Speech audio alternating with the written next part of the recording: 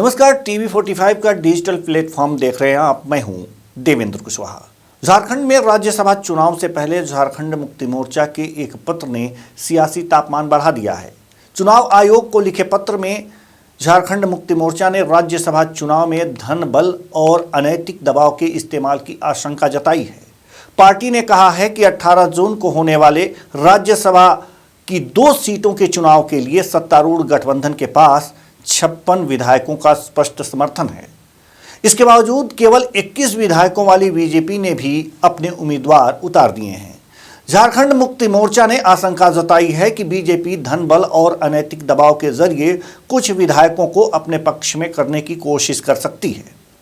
झारखंड मुक्ति मोर्चा के केंद्रीय महासचिव सुप्रियो भट्टाचार्य की ओर से मुख्य चुनाव आयुक्त को भेजे गए पत्र में कहा गया है कि झारखंड विधानसभा में झारखंड मुक्ति मोर्चा गठबंधन के पास स्पष्ट बहुमत है।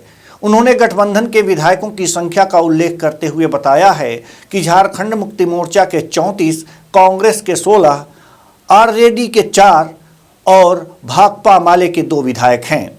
इस तरह गठबंधन के पास कुल 56 विधायक हैं, जिससे राज्यसभा की दोनों सीटों पर उसकी जीत लगभग तय मानी जा रही है।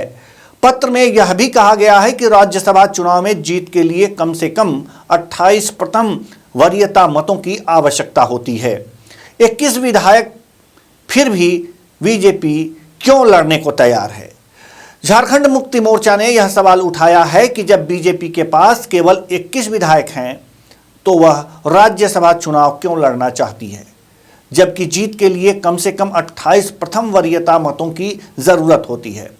पार्टी ने आशंका जताई है कि बीजेपी बड़े पैमाने पर विधायकों को आर्थिक प्रलोभन, अनैतिक दबाव और भयादोहन के जरिए अपने पक्ष में करने की कोशिश कर सकती है। झारखंड मुक्ति मोर्चा ने चुनाव आयोग से मांग की है कि चुनाव भ्रष्टाचार और भयमुक्त माहौल में कराने के लिए विशेष निगरानी रखी जाए। साथ ही निष्पक्ष चुनाव सुनिश्चित करने के लिए सीबीआई, ईडी, राजस्व खुफिया निदेशालय, केंद्रीय सतर्कता आयोग और झारखंड के भ्रष्टाचार निरोधक ब्यूरो को भी सक्रिय और सतर्क रखने की मांग की गई है। पार्टी का कहना है कि चुनाव में हॉर्स ट्रेडिंग यानी कि विधायकों की खरीद फरोख्त की कोशिशें भी हो सकती हैं। झारखंड में 18 जून को राज्यसभा की 2 सीटों के लिए चुनाव होने हैं।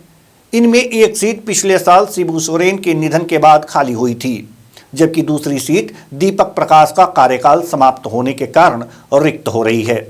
राज्यसभा चुनाव से पहले ही झारखंड मुक्ति मोर्चा के पत्र ने झारखंड की राजनीति का सियासी पारा बढ़ा दिया है।